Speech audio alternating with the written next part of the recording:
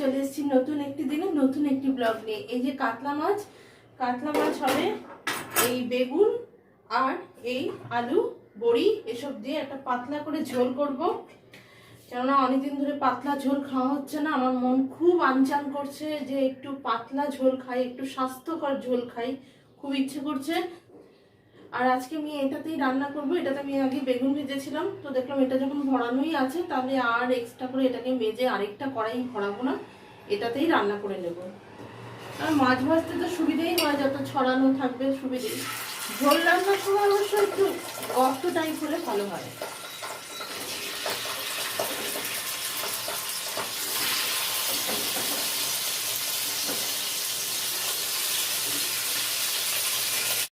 আলুগুলো এরকম লম্বা লম্বা করে কেটেছি। দেখুন আলুগুলো না আমি খোসা ছাড়াইনি।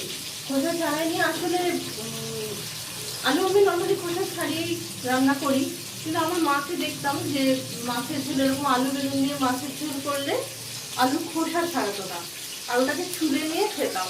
ওই স্টাইলটা বেশ আমার ভালো লাগতো, বেশ ছুলে নিয়ে খেলাম।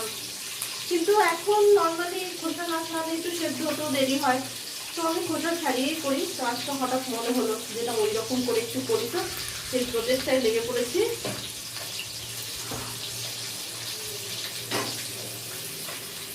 আর এই মাছ না আমি যে খুব কড়া ভাজা এরকম ভাজি তা নয়, যেটা সিরিয়াসলি আমার প্রবলেম হয়ে যায়। ও কড়া ভাজা মাছ খেতে ভালোবাসে, মানে আমি মাছ ভাজাটা কড়া খেতে ভালোবাসি, কিন্তু ঝোলের মাছটা একটু একটু মানে কম ভাজাটা ভালো লাগে।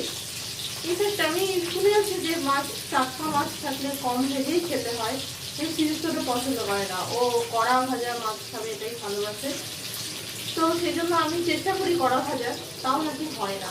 কি করবো, কমপ্লেন করে।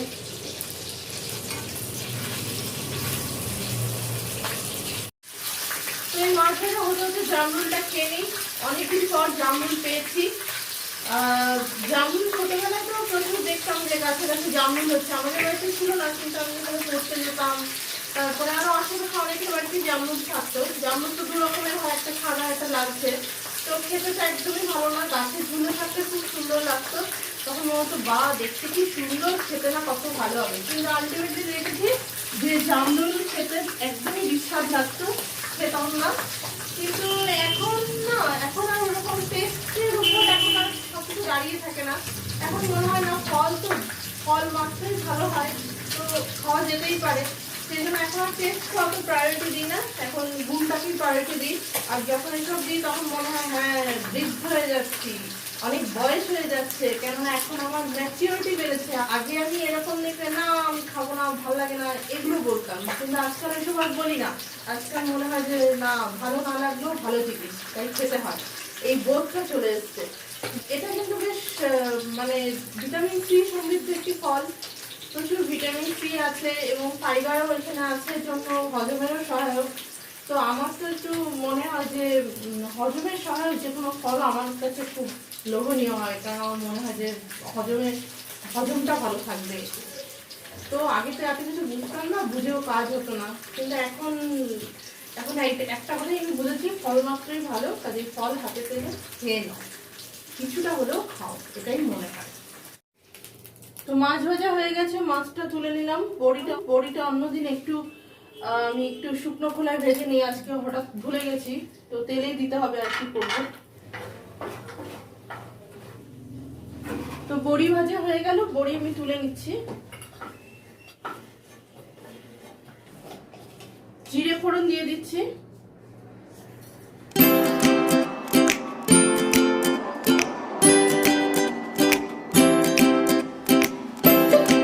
তো এখন এই আলু পেঁয়াজ সব একসাথে দিয়ে দেবো, ঝটপট রান্না সারবো আজকে। একটু নুন দিয়ে দেবো। পেঁয়াজ আলু ভাজা ভাজা হতে হতে কাঁচা লঙ্কাটা ছিঁড়ে রেখে কাঁচা লঙ্কা ছেড়ে দিলাম। দিয়ে দিচ্ছি আদা, গ্রেট করা আদা পেস্ট করিনি। বেগুনগুলো দিয়ে দিচ্ছি, জিরে গুঁড়ো দিয়ে দিচ্ছি,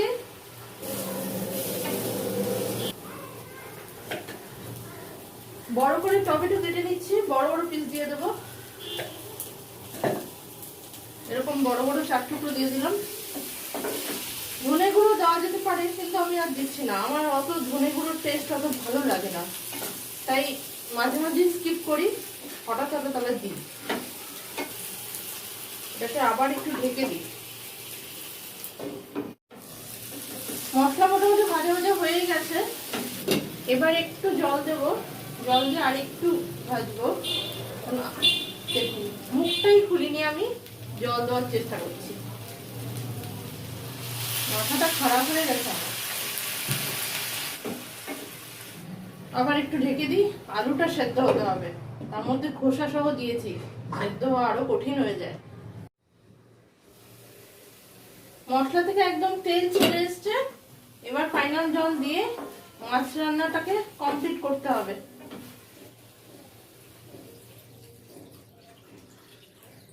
একদম গঙ্গাসাগর, কোনো ঝামেলা নেই, পাতলা ঝোলই খাবো ভেবেছি, পাতলাই করবো।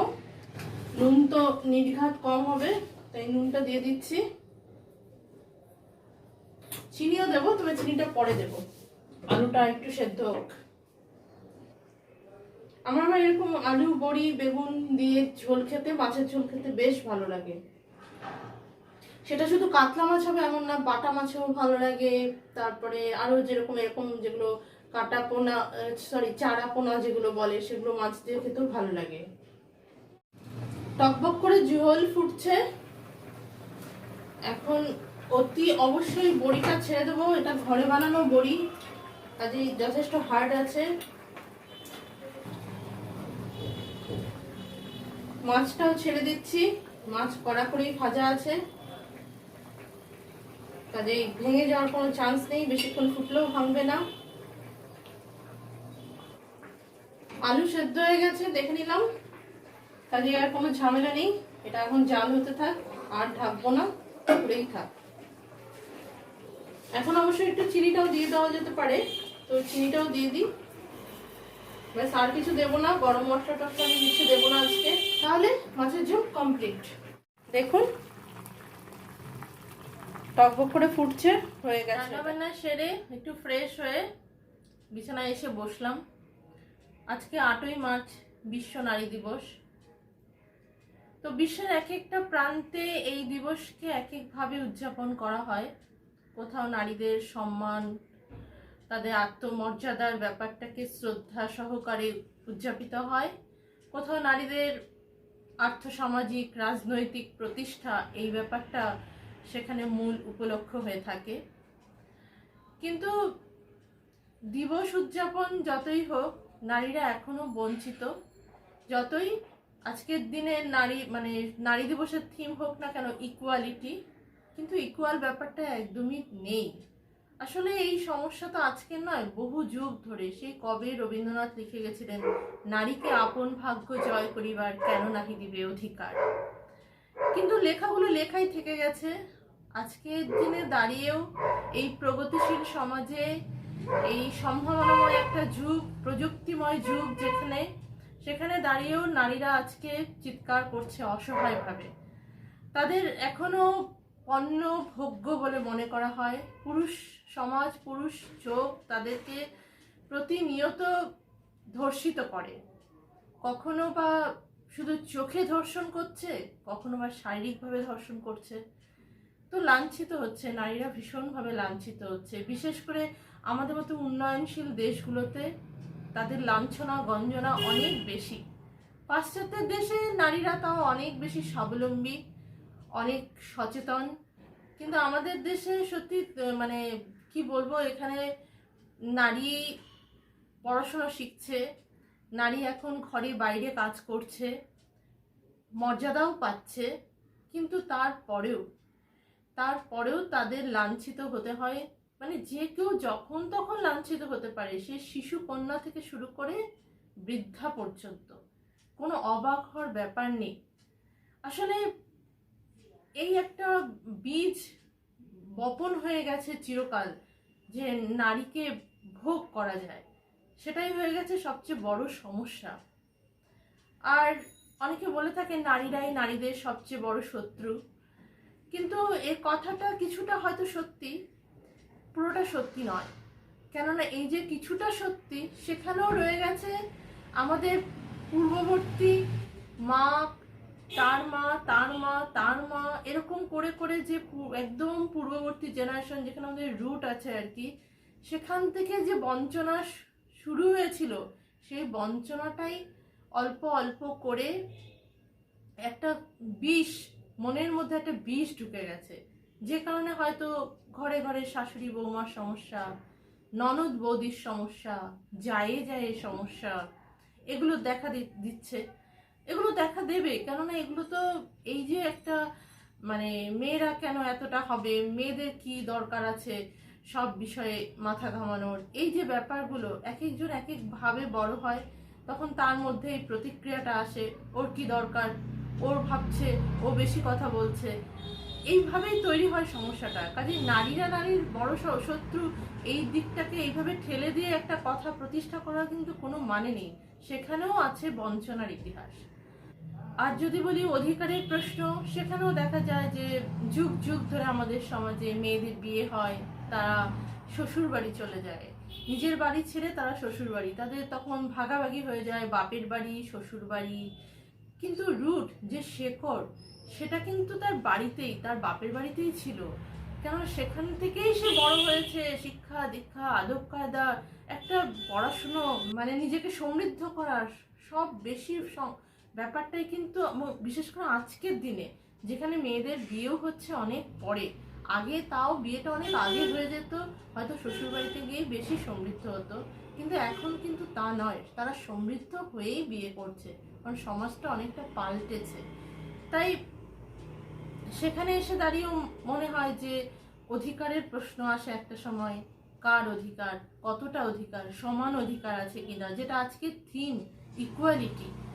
কিন্তু এই সমান অধিকার পেতেও একদম হাইকোর্ট, সুপ্রিম কোর্ট, অনেক দূর দৌড়তে হয় মেয়েদের, কেননা মেয়ে বলেই দৌড়তে হয়, ছেলে হলে দৌড়তে হতো না।